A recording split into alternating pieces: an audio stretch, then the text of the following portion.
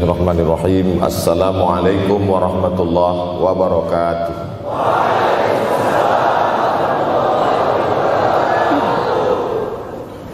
Alhamdulillahi wa kafa, wassalatu wassalamu ala al-habibil mustafa wa ala alihi wa ashabihi ahli tuqa wal wafa. Subhanaka la ilma lana illa ma 'allamtana innaka antal alimul hakim. Rabbi shrah li sadri wa yassir li amri wahlul 'uqdatam min lisani yafqahu qawli. Yang sama-sama kita hormati bapak-bapak wakil rektor, tidak dapat saya sebutkan satu persatu, ketua takmir masjid, hadirin hadirat jamaah fardu subuh, bil khusus adik-adik mahasiswa mahasiswi, insyaallah kita semua dimuliakan Allah Subhanahu wa taala. Man shallas subha fi jama'atin, siapa yang salat subuh berjamaah, faka'annama shallal laila kullah, dapat pahala seperti salat sepanjang malam. Berarti kita sudah salat sepanjang malam, tapi tetap besok malam tahajud. Jangan karena sudah sholat subuh berjamaah lalu tidak lagi tahajud, apalagi yang memang tak pernah tahajud, dan ini dijadikan alasan besok kalau ada orang membangunkan dia, bangun sholat tahajud.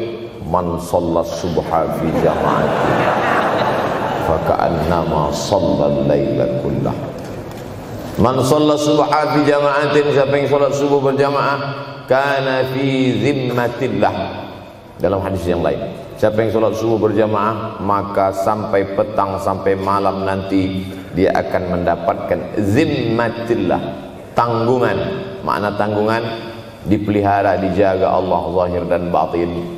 Kalaupun dia mati hari itu, matinya dalam istiqamah dan husnul khatimah.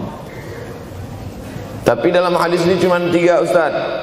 Idza haddatsa kadzaba, bicara dusta, wa idza wa'ada akhlafa, kalau berjanji ingkar, wa idza tumina khana, kalau diberi amanah berkhianat.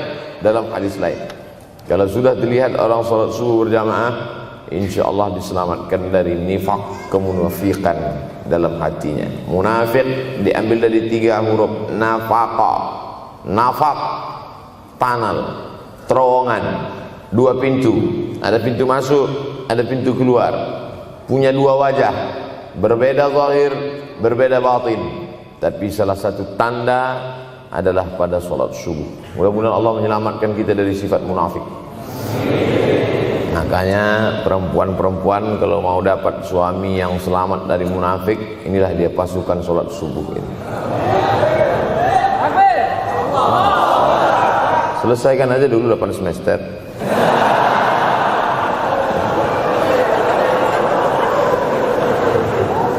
Imam Abu Ja'far Al-Barzanji menulis dalam syairnya, walamma tamma min hamlihi, ketika sempurna hamil Aminah, syahrani 2 bulan, ala ashhuril aqwalil marwiyah, menurut riwayat yang masyhur, tufiya bil madinatil munawwarati abuhu Abdullah, meninggallah abuhu, bapaknya, bapak Nabi Muhammad SAW, Abdullah bin Abdul Muttalib bin Hashim bin Abdi Manaf bin Qusay, di kota Al-Madinah Al-Munawwarah. Ketika itu usia Nabi 2 bulan dalam kandungan. Setelah itu Nabi SAW pun lahir, dibesarkan dalam peluk cium kasih sayang Aminah. Lalu kemudian pada usia lebih kurang 4 tahun dibawa lagi ziarah ke makam ayahnya. Dan dalam perjalanan pulang dari ziarah itu meninggal pula Aminah. Apa pelajaran yang ingin diambil dari kematian ayah dan ibu Nabi ini?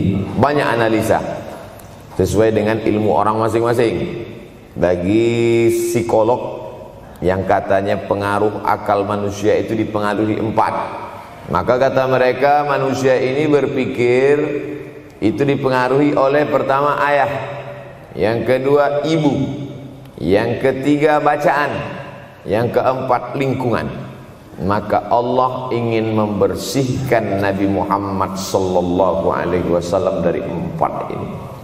Apakah akal Nabi Muhammad itu dipengaruhi oleh ayahnya? Tidak, karena dia tidak sempat bertemu. Apakah Nabi Muhammad SAW itu akalnya dipengaruhi oleh ibunya? Tidak, karena 4 tahun sudah meninggal dunia. Apakah Nabi Muhammad SAW itu dipengaruhi oleh bacaannya? Tidak, karena Nabi tidak bisa membaca. Walladzi ba'atsa fil ummiyina rasulan minhum. Allah yang mengutus dia kepada umat yang ummi, la yaktub wa la yaqra, tak menulis dan tidak membaca. Minhum, dan dia bagian dari mereka, dia juga tidak bisa tulis baca.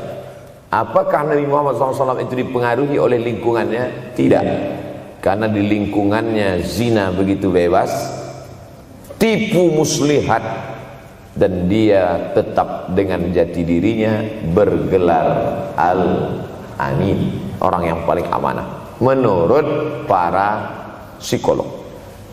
Tapi ada analisa lain. Mengapa ayahnya meninggal ketika dia berusia 2 bulan dalam kandungan, dan belum sempat pula dia mendapatkan kasih sayang seorang ibu? Di situ pula dia meninggal dunia, ibunya saat dia berusia 4 tahun. Maka salah satu analisanya adalah Allah ingin menjaga Nabi Muhammad SAW tidak sempat durhaka pada ayah dan ibunya, karena orang yang durhaka tak layak menjadi rasul utusan Allah Subhanahu wa ta'ala. Makanya sehebat-hebatnya bapak Nabi Ibrahim bernama Azar. Apa kata Azar? Wa idh qala Ibrahimu li abihi Azara. Ingatlah ketika Ibrahim berkata kepada bapaknya Azar, atattakhidhu asnaman alihah. Mengapa engkau menjadikan berhala ini sebagai Tuhan, wahai bapakku Azar? Apa jawab Azar? La illam tantahi, kalau kau tidak berhenti menceramahi saya, la arjumannaka, aku lempar engkau pakai batu. Wahjurni maliya, tinggalkan aku untuk waktu yang sangat lama. Pergi sana, kata Azar. Apa jawab Nabi Ibrahim alaihissalam? Salamun alaika, selamat untukmu wahai ayahku Azar. Aku akan memohonkan astaghfirulaka rabbi, memohonkan ampun kepada Allah dosa-dosamu supaya diampunkan Allah. Innahu kana bi hafiyya, sesungguhnya Allah amat sangat sayang dan mengabulkan doa-doa. Nabi Ibrahim sempat bertemu dan tidak melawan, tapi Nabi Muhammad SAW beda dengan Nabi Ibrahim. Allah buat Ibrahim tidak melawan, tapi ayahnya menjadi durhaka kepada anak. Sedangkan Nabi Muhammad SAW dua-dua dan dijaga Allah Subhanahu wa ta'ala. Nabi Muhammad dijaga sehingga tidak sempat durhaka kepada Abdullah dan Aminah, dan Allah pula menjaga Abdullah, menjaga Aminah, sehingga tidak sempat menyakiti manusia yang paling mulia, Nabi besar Muhammad sallallahu alaihi wasallam. Saya tidak memilah-milih nabi-nabi, karena kita memang tidak boleh la nufarriqu baina ahadim mir rusulih. Kita tidak boleh membeda-bedakan antara satu nabi dengan nabi yang lain. Lalu yang membedakan itu siapa? Allah Subhanahu wa ta'ala. Dari cara panggilnya saja berbeda. Kalau Nabi Adam dipanggil Allah, ya Adam uskun anta wa zawjukal jannah. Nabi Yahya dipanggil Allah, ya Yahya khudhil kitaba biquwwah. Nabi Isa dipanggil Allah, ya Isa inni istafaituka 'alan nas. Tapi Nabi Muhammad SAW, Allah tidak pernah manggil dia ya Muhammad. Allah panggil dia dengan 2 sebutan. Pertama, ya ayyuhar rasulu balligh, wahai rasul. Dalam panggilannya yang lain, ya ayyuhan nabiyyu jahidil kuffar. Bukan kita yang membedakan, Allah yang membedakan cara panggilan untuk Muhammad sallallahu alaihi wasallam. Begitu juga dengan berdoa. Kalau Nabi Musa alaihissalam, dia yang berdoa, Rabbis shrahli sadri, lapangkan dadaku, wa yassirli amri, mudahkan urusanku. Tapi Nabi Muhammad tidak berdoa, Allah langsung memberi. Apa kata Allah? Alam nashrah laka sadrak. Apakah belum kulapangkan dadamu? Wa rafa'na laka dzikrak, kami angkat beban. Allazi anqadha dhahrak, yang membebani pundakmu. Belum dia berdoa, sudah dikabulkan Allah, karena janji Allah kepada dia, wala saufa yu'tika rabbuka fatarda, apapun yang kau mau akan kuberi. salah satu penyebab Allah memberi apa yang dimau sebelum meminta adalah kalau tidak pernah durhaka kepada orang tua. Oleh sebab itu judul yang diberikan kepada saya, Ustaz Abdul Somad, nanti tablik akbar di kampus Universitas Ahmad Dahlan, apa temanya? Biasanya saya diberikan tema untuk anak-anak muda meraih masa depan bebas narkoba dan pacaran. Apa temanya untuk anak-anak muda? Bagaimana pokoknya. Tapi di Universitas Ahmad Dahlan saya diberi tema. Apa temanya? Birrul walidain. Masya Allah. Saya bilang alhamdulillah. Untung saya nggak dikasih tema birruz zaujatain. Artinya apa? Sehebat apapun prestasi akademikmu, kalau sampai tidak memuliakan orang tua, hampa di hadapan Allah Subhanahu wa ta'ala. Ada seorang laki-laki, kata Nabi, kalau nanti dia datang kemari minta doa sama dia karena doanya makbul. Sahabat heran, karena sahabat itu definisinya man laqiyan Nabi sallallahu alaihi wasallam wa amana bihi wa mata 'alal Islam. 3 definisi sahabat: orang yang berjumpa dengan Nabi, beriman dengan Nabi, dan matinya dalam keadaan Islam. Maka itu disebut dengan sahabat menurut ilmu hadis.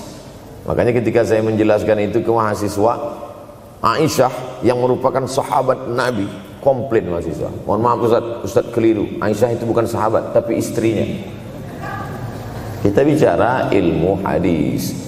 Makna sahabat, man laqiyan Nabi, berjumpa dengan Nabi, wa amana bihi, beriman dengan Nabi, wa mata 'alal Islam, mati dalam keadaan Islam. Abu Lahab ketemu dengan Nabi tapi tidak beriman dengan Nabi dan mati dalam keadaan kafir, maka tidak masuk golongan sahabat. Tapi ini ada seorang laki-laki hidup sezaman dengan Nabi dan Nabi mengenal dia, dan Nabi berpesan nanti kalau dia datang ke kota Madinah minta doa dari mulutnya karena doanya dikabulkan Allah Subhanahu wa ta'ala. Sahabat heran, kami yang hidup bersama engkau, kami yang berperang bersama engkau, kami yang sholat di Masjid Nabawi bersama engkau, kenapa doa dia lebih makbul daripada kami? Malah kami meminta doa dari mulut dia. Tapi tidak boleh membantah dan melawan Nabi. Pokoknya nanti kalau dia datang kemari minta doa kepada dia. Setelah Nabi Muhammad SAW meninggal dunia, laki-laki itu pun sampai ke kota Madinah, berjumpa dengan sahabat. Sesuai dengan yang dijanjikan Nabi, mereka pun meminta doa kepada dia. Namanya Uwais Al-Qarni. Makanya Uwais Al-Qarni tidak ada masuk dalam buku biografi sahabat. Kalau mau mencari biografi sahabat Nabi, buka kitab namanya Al-Isabah fi Tamyizis Sahabah, atau baca juga Usudul Ghabah fi Ma'rifatis Sahabah, atau baca juga Al-Isti'ab fi Ma'rifatil Ashab. Itu memang buku biografi isinya sahabat Nabi semua. Sahabat Nabi klasifikasi. Yang pertama, Al-Ashra Al-Mubashsharuna bil Jannah, 10 sahabat yang dijamin masuk surga. Level kedua, sahabat Nabi yang ikut perang Badar. Berikutnya, sahabat Nabi yang masuk Islam sebelum hijrah. Berikutnya, barulah ujung sahabat Nabi masuk Islamnya setelah hijrah, setelah Islam kuat, barulah dia masuk Islam. Tapi nama Uwais Al-Qarni tidak ada di dalam, karena dia tidak cukup syarat untuk menjadi sahabat, karena dia tidak pernah berjumpa langsung dengan Nabi Muhammad sallallahu alaihi wasallam. Tapi kenapa doanya makbul? Ternyata dia tidak berjumpa dengan Nabi bukan karena dengki, bukan karena musuh, bukan karena tidak beriman. Dia tidak jumpa dengan Nabi, salah satu sebabnya adalah karena dia menjaga ibunya di Yaman. Makkah di tengah, Yaman di bawah, Syam di atas, negeri Syam. Tak ada hubungan dengan negeri paman Syam. Syam di atas, Yaman di bawah, Makkah di tengah. Liila fi Quraisy, perjalanan orang Quraisy. Ila fihim rihlatash syita'i was-shaif, perjalanan syita musim dingin, shaif musim panas. Musim dingin mereka ke Yaman, musim panas mereka pergi ke negeri Syam. Kenapa dingin ke Yaman? Karena Yaman ini kalau musim dingin tidak terlampau dingin, salju tidak turun. Kalau pergi ke negeri Syam, salju turun. Palestina, Yordania, Suriah, Lebanon. Suriah, Lebanon ada salju. Maka musim panas Nabi pergi ke negeri Syam, karena kalau musim panas di Yaman panas sekali. Sedangkan ke negeri Syam panasnya tidak seberapa. Perjalanan orang Arab Quraisy ini diceritakan Allah, di negeri Yaman itulah tempat kampung Uwais Al-Qarni. Tidak sempat dia berjumpa dengan Nabi, tapi doanya lebih makbul daripada orang-orang yang berada bersama Nabi, karena keutamaan berbakti kepada ibu. Kalau sama ayah boleh ngelawan Pak Ustaz? Enggak juga. Jangan ini nanti dijadikan dalil. Kamu kenapa lawan bapakmu? Ada seorang laki-laki. Ini kadang jamaah pandai motong-motong ceramah saya, hanya untuk mencari pembenaran. Sedangkan kita ngaji ini mau mencari kebenaran. 1000 dalil bagi orang untuk mencari kebenaran, tapi ada 1001 hujjah untuk orang yang suka mencari pembenaran. Nah, jadi kalau saya bicara tentang ibu, sesungguhnya ayah sudah masuk. Karena tanpa ayah kita juga bukan apa-apa dan bukan siapa-siapa, walaupun jatah ayah sepertiga, sedangkan ibu lebih daripada itu. Man ahaqqun nas bi husni suhbati, siapa orang yang paling layak mendapatkan baktiku ya Rasulullah? Ummuka. Summa man, siapa lagi? Ummuka. Summa man, siapa lagi? Ummuka. Summa man, abuka. Itu yang menyusun itu Nabi SAW, bukan saya. Itu makanya ibumu, ibumu, ibumu, bapakmu. Kenapa Nabi 3 kali? Kenapa Nabi menyebut laki-laki 1 kali, perempuan 3 kali? Karena ibumu mengandung, ibumu melahirkan, ibumu menyusukan. Siapa yang mau dapat 3 kali? Coba yang 3 ini. Mengandung, melahirkan, menyusukan. 3 ini belum bisa dilakukan oleh laki-laki dimanapun. Adapun merubah wajah sudah bisa. Makanya ada lady boy, wajah lady, betis boy. Tapi untuk mengandung tidak bisa. Ana Rahman, aku ini Rahman, kata Allah. Syaqaqtur rahim wa ja'altu lahu isman min ismi. Aku ciptakan satu makhluk di dalam perut perempuan, maaf, namanya rahim, dari namaku. Ini yang belum bisa dibuat dokter dimanapun di dunia ini, menciptakan rahim, belum bisa. Andai terpecah rekor ini, maka kebanggaan luar biasa bagi LGBT. Tidak bisa, sampai hari kiamat tidak akan bisa, janji Allah. Karena Allah mengatakan dalam hadis qudsi, Ana Rahman ja'altu lahu isman min ismi. Maka ada satu makhluk dalam perut perempuan yang diciptakan, diambil dari Asmaul Husna. Sehebat-hebatnya laki-laki, dari ujung rambut sampai ujung kaki tidak ada di tubuhnya ini yang diambil dari Asmaul Husna, tak ada. Bahwa namanya dari Asmaul Husna ada, Abdus Somad. Tapi ada makhluk di badannya diambil dari Asmaul Husna, itu hanya ada pada perempuan. Oleh sebab itu perempuan luar biasa. Makanya kampus Universitas Ahmad Dahlan memuliakan perempuan. Mana perempuan? Di atas letaknya. Makanya saya tidak terlalu berani mendongak ke atas. Begitu hebatnya perempuan. Perempuan adalah ibumu, perempuan adalah istrimu, perempuan adalah anakmu, perempuan adalah adikmu. Maka saat engkau memuliakan perempuan, engkau sedang memuliakan 4 aspek dari kehidupan. Ketika Nabi Muhammad SAW diutus Allah ke atas muka bumi ini, salah satunya adalah mengajarkan manusia bagaimana menempatkan pada posisinya. Posisi dia adalah tempat kita menumpang. Ketika ada seorang laki-laki yang sudah sukses diwawancarai, siapa orang yang paling berjasa dalam hidup Anda? Dulu waktu saya merantau ke Yogyakarta, belum ada apa-apa, saya sempat numpang di rumah dia selama 4 bulan. Kata seorang artis dalam sebuah wawancara, Begitu bangganya dia berkata, itulah orang paling berjasa kepada saya karena saya sempat numpang di rumahnya 4 bulan. Tapi ada yang dia lupa, bukan rumahnya yang kau tumpang, bukan ruang tamunya yang kau diami, sempat numpang di perutnya 9 bulan 10 hari. Tak pernah kau sebut. Angkat tangan yang tidak menumpang di rahim,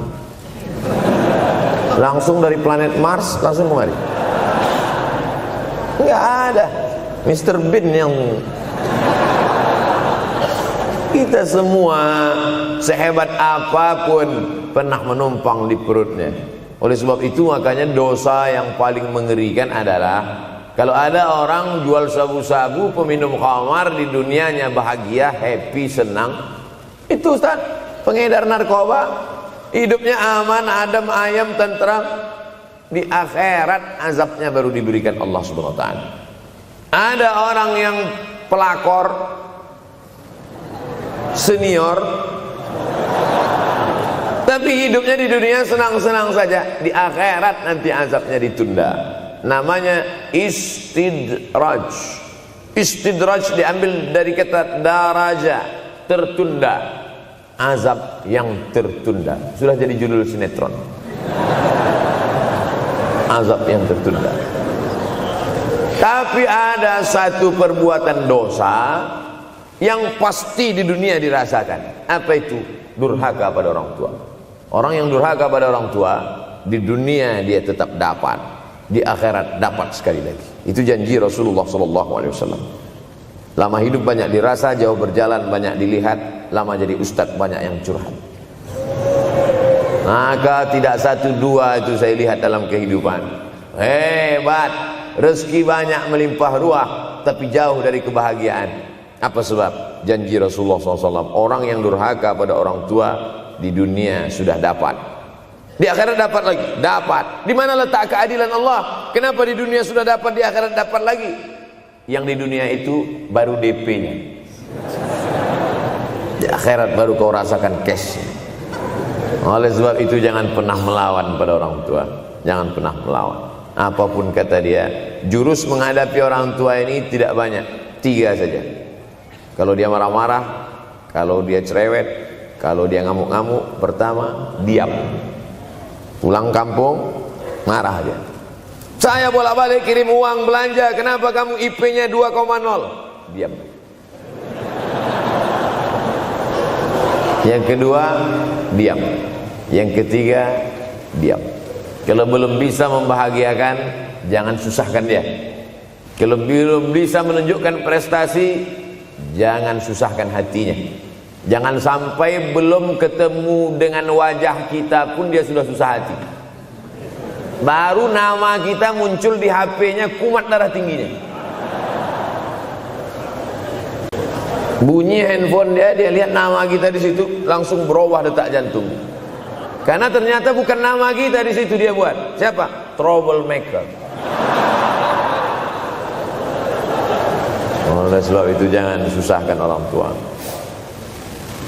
Saya tidak ujuk-ujuk langsung jadi ustadz. Saya sempat jadi mahasiswa terlama di dunia.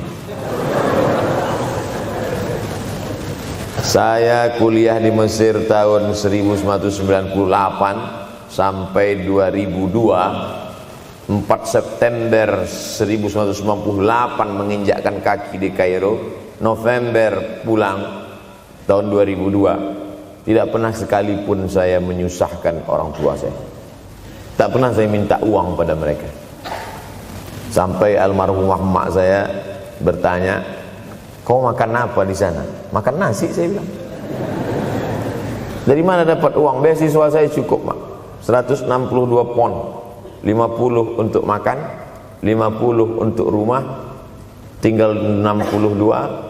20 dibagi lagi untuk ongkos, 20 untuk buku, 20 disimpan, mana tahu demam sakit gak ada uang. Sampai pulang. Sampai akhirnya dia kasih tanya, gimana caranya ngirim uang supaya nanti di akhirat kalau Allah bertanya, pernah gak ngirim uang? Pernah. Ya, saya tak mau menyusahkan. Saya menganggap kalau nanti saya minta hatinya susah, Kalau nanti saya banyak minta, saya tak bisa balas, maka saya bukan berarti mengajak adik-adik tidak minta uang. Saya paham, tak semuanya dapat beasiswa. Artinya minta, cuman kalau minta ya pulang nanti sampaikan ke orang tua, saya sudah dengar ceramah Ustaz Somad, maka saya tidak minta lagi, Mas. Tidak.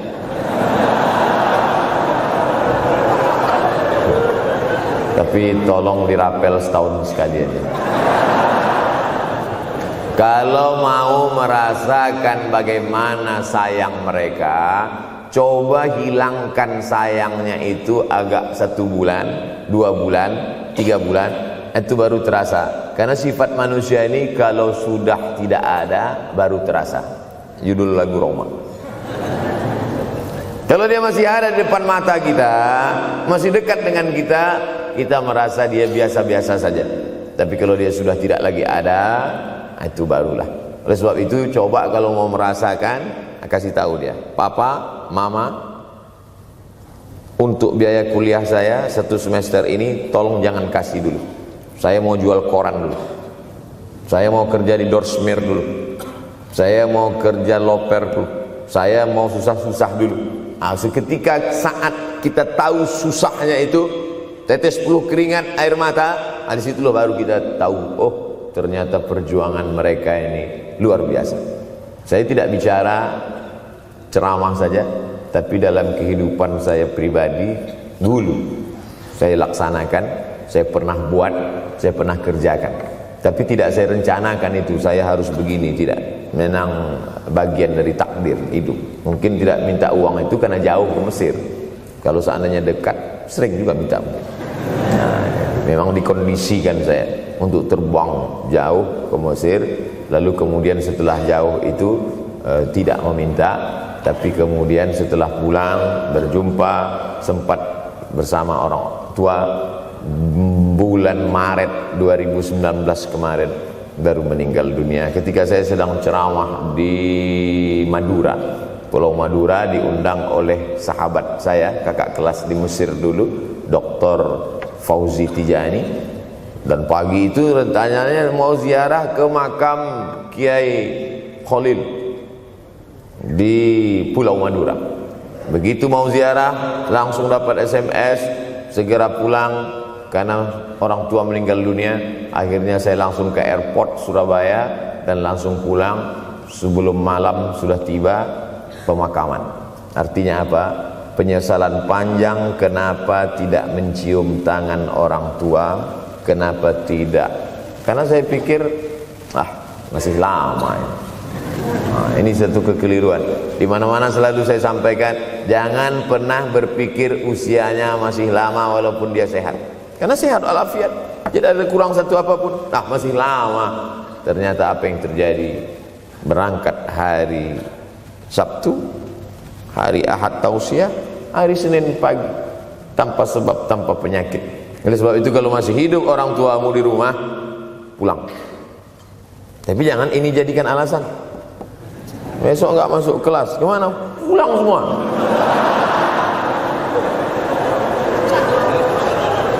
Pulang sesuai dengan kondisi, situasi dan keadaan.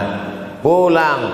Kalau masih bisa membahagiakan dia apa makanan kesukaannya, belikan. Suka makan apa dia, belikan. Itu yang dia inginkan. Andai kita gendong dia dari Yogyakarta berangkat ke kota Makkah, sampai di Makkah tawaf 7 putaran, dari Safa ke Marwah, pulang lagi ke Jogja, belum tentu dapat membayar sekali teriakan dia saat mengeluarkan kita ke alam dunia. Jadi banyak orang terlalu membanggakan. Saya sudah banggakan dia Pak Ustaz, saya sudah bayarkan ONH-nya. Berapa?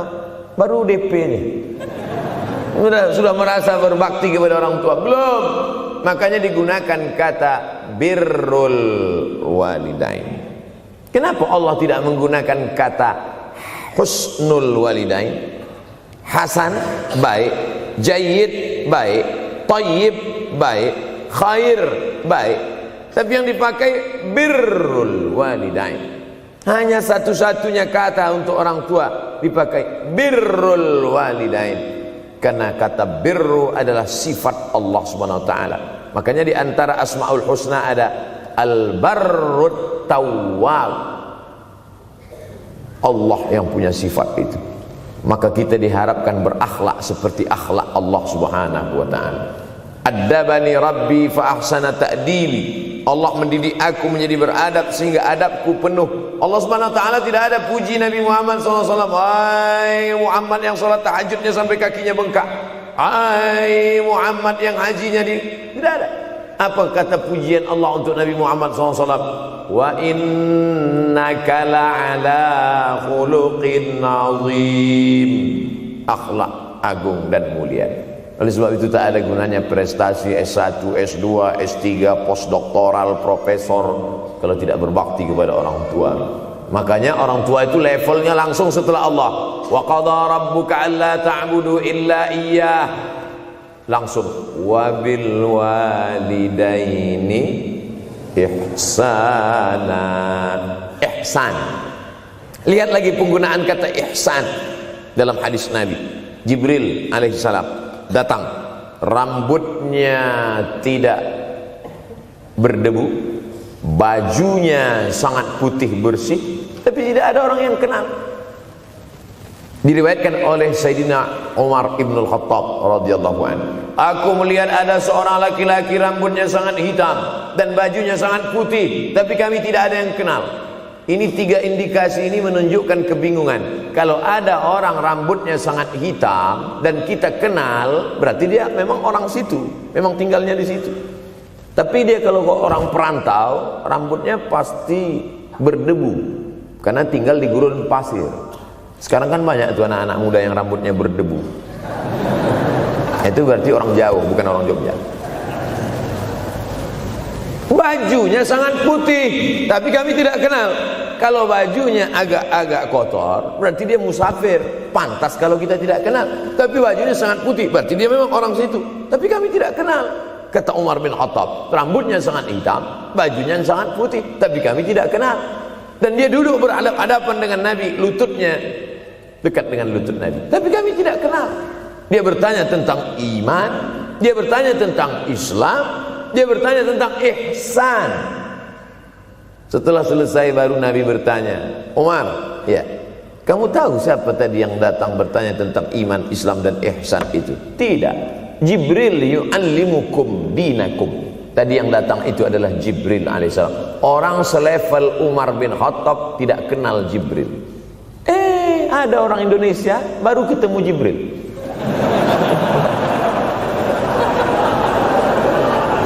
Umar bin Khattab kalau lewat di suatu jalan, kalau Umar bin Khattab lewat jalan Sudirman, maka setan lari ke jalan lain. Ini ada orang satu perjalanan sama setan, ngaku kenal dengan Jibril alaihissalam. Makanya kalau baca hadis, satu hadis, tapi analisa dari hadis itu banyak sekali. Umar tidak kenal dengan Jibril kecuali setelah Nabi Muhammad SAW yang bercerita mengenalkan. Dari mana Nabi tahu? Nabi dapat wahyu dari Allah Subhanahu wa ta'ala. Tapi ada analisa lain. Apa maknanya? Allah menggunakan kata ihsan untuk orang tua, Nabi menggunakan kata ihsan untuk Allah. Ihsan untuk Allah, anta'budallaha ka'annaka tarah, kau sembah Allah seakan-akan engkau melihat dia. Fa in lam takun tarah, kalau kau tidak bisa melihat dia, fa innahu yarak, sesungguhnya dia yang selalu melihatmu, tidak pernah putus. Ihsan Allah kepada kita, tidak pernah putus pengawasan Allah. Bagaimana ihsan kita kepada orang tua? Tak pernah putus bakti walaupun dia sudah meninggal dunia. Makanya kita tetap membaca walaupun dia sudah masuk liang lahat, jam 2 malam bangun, Rabbil firli wali walidayya warhamhuma kama rabbayani shaghira. Ada seorang sahabat Nabi namanya Sa'ad. Sa'ad sudah jadi bahasa Indonesia. Banyak juga orang Indonesia laki-laki sifat Sa'ad. Orangnya Sa'id, artinya bahagia. Sa'adah, kebahagiaan. Jenenge sapa? Sangadah. Itu dari bahasa Arab. Sa'adatun, bahagia. Datanglah seorang laki-laki bernama Sa'ad menjumpai Nabi sallallahu alaihi wasallam. Ya Rasulullah, wahai Rasulullah, ummi matat, ibu saya sudah meninggal dunia. Afa atasaddaqu anha, kalau saya bersedekah kira-kira pahalanya sampai apa tidak untuk almarhumah ibu saya? Kata Nabi, tasaddaq, silakan engkau bersedekah. Ayu sadaqatu afdal, sedekah apa yang paling afdal? Saqiyul ma, memberi air minum. Memberi air minum, niatkan untuk almarhum almarhumah, kata Nabi, tasaddaq, silakan sedekah. Langsung tanpa pikir panjang, apa kata Sa'ad? Idzan ahfiru bi'ran, kalau begitu saya gali sumur sekarang juga, sumurnya saya wakafkan dengan niat almarhumah. Oleh sebab itu, yang orang tuanya sudah meninggal dunia, pulang dari sini jangan gali sumur, cukup telepon, assalamualaikum, sumur bor. Cari pondok pesantren yang kesulitan air, pergi ke kaki-kaki gunung, orang mencari air, satu jerigen mikul 5 km jalan. Di situ tempat minum lembu, kerbau, di situ juga mereka mengambil air. Cari, galikan, mengalir air sumur untuk mereka, mengalir pula sampai ke liang lahatnya. Itu bakti kita. Pulang dari sini, cari pondok pesantren, panti jompo, panti yatim. Assalamualaikum Bapak pimpinan yatim, saya lihat ini kamar mandinya sedikit, orang ngantri banyak, keran air tidak ada. Gimana ini? Berapa lagi yang perlu sumur bor di sini? Kami perlu kira-kira 5. Insya Allah. Bapak mau bantu? Enggak, nanya-nanya aja. Nih, ini akan menolong di hadapan Allah Subhanahu wa ta'ala. Tapi kalau dia masih hidup, masih ada, senangkan hatinya. Pulang dari Universitas Ahmad Dahlan Yogyakarta dengan membawa selembar kertas. Apa itu? Transkrip nilai semester ini IP 4. Siapa yang tidak bangga? Bangga orang tua. Saya pulang dari Mesir, saya bawa ijazah LC. Satu lagi ijazah dari Maroko, MA. Ini mak, ijazah LC MA. Saya juga lihat dia nampaknya tak bahagia. Karena dia dulu waktu saya kecil nyuruh saya, kamu mesti doktorandus. Itulah cita-cita ya dia yang tidak sampai. Saya mesti doktorandus. Di mana mau mencari titel doktorandus sekarang? LCMA. Saya bilang, mak, ini LCMA ini lebih hebat dari doktorandus. Artinya apa? Bahwa menyenangkan hati orang tua itu ketika hati dia terbuka, bahagia, disitulah pintu-pintu rezeki itu terbuka. Turun barokah-barokah itu. Buah kalau matang itu dijolok, jatuh. Dan menjatuhkan rahmat Allah itu, membuka pintu-pintu langit, mengetuk pintu-pintu rahmat dan ridha Allah dengan ridha orang tua. Makanya kata Nabi, ridha Allah fi ridhal walidain. Kalau Allah ridha, maka semua yang kau mau dia berikan. Orang kalau sudah ridha itu artinya senang. Orang kalau sudah senang, semua dia kasih. Apa yang ada di tangannya, itu dia berikan. Tadi malam sampai di hotel, datang seorang jamaah, buka cincinnya. Cincin paling dia sayang, dia kasih ke saya. Laki-laki. Nah nih Ustaz Somad, ambil. Duduk saya tadi, duduk, datang anak muda, dia lihat saya tak pakai sorban, dikasihnya sorban. Cuman akadnya belum jelas apa ngasih atau pinjam, Allah. Orang kalau sudah senang hatinya, semua dia kasih. Begitulah orang kalau sudah dapat ridha Allah Subhanahu wa ta'ala. Kita baru berharap dapat ridha Allah. Makanya habis salat subuh selalu diajarkan, raditu billahi rabba. Aku ridha engkau sebagai Rabbku ya Allah. Apakah Allah ridha terhadap kita? STJ, status tak jelas. Cara mendapatkan ridha Allah, pancing dengan ridha orang tua. Senangkan hatinya, terbuka pintu rezeki. Makanya sulit hidup kita, sempit. Dari kerut kening kita udah kelihatan. Kenapa? Karena tidak ada ridha Allah akibat tidak pernah menyenangkan hati orang tua. Senangkan orang tuamu, jadikan dia seperti raja, maka rezekimu akan melimpah seperti rezeki raja-raja. Bukan hadis Nabi, dapat saya dari grup WhatsApp. Senangkan saja hatinya, apa yang dia mau beri, tapi dengan cara yang halal. Nah, ini harus dalam kurung syarat dan ketentuan berlaku. Jangan gara-gara ceramah ini nanti pulang kalian ke rumah, papa, mama, ini ada mobil, ini ada rumah, ini berangkat pergi haji. Wow, orang tua senang, 2 bulan KPK. Innallaha thayyibun, Allah maha suci, la yaqbalu illa thayyiban. Allah tidak menerima kecuali yang suci-suci saja. Wa anfiqu, berinfaklah. Wa anfiqu, bersedekahlah. Wa anfiqu, berwakaflah. Wa anfiqu, berzakatlah. Min thayyibat, yang baik-baik. Yang tidak baik tidak diterima Allah Subhanahu wa taala. Kamu lagi ngapain? Nyuci. Lagi ngapain? Nyuci. Pakai air apa? Air kencing. Begitu kata Syekh Abdul Wahab Asy-Sya'rani dalam kitabnya Tanbihul Mughtarrin. Tanbih, peringatan. Mughtarrin, pada orang yang tertipu, menyangka sedang berbuat baik padahal sebenarnya tidak baik. Itu yang disindir Allah dalam Al-Quran. Wa yahsabuna annahum yuhsinuna sun'a. Mereka menyangka sedang berbuat baik. Ini juga tidak betul. Niatnya sudah baik, membahagiakan orang tua, tapi caranya tak betul. Mama, papa, alhamdulillah kuliah saya sudah selesai, ini skripsi saya.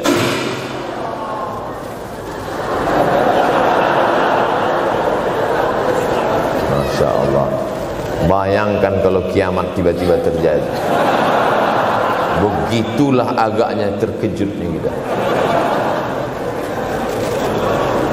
Kiamat terjadi tapi belum sempat berbakti kepada orang tua.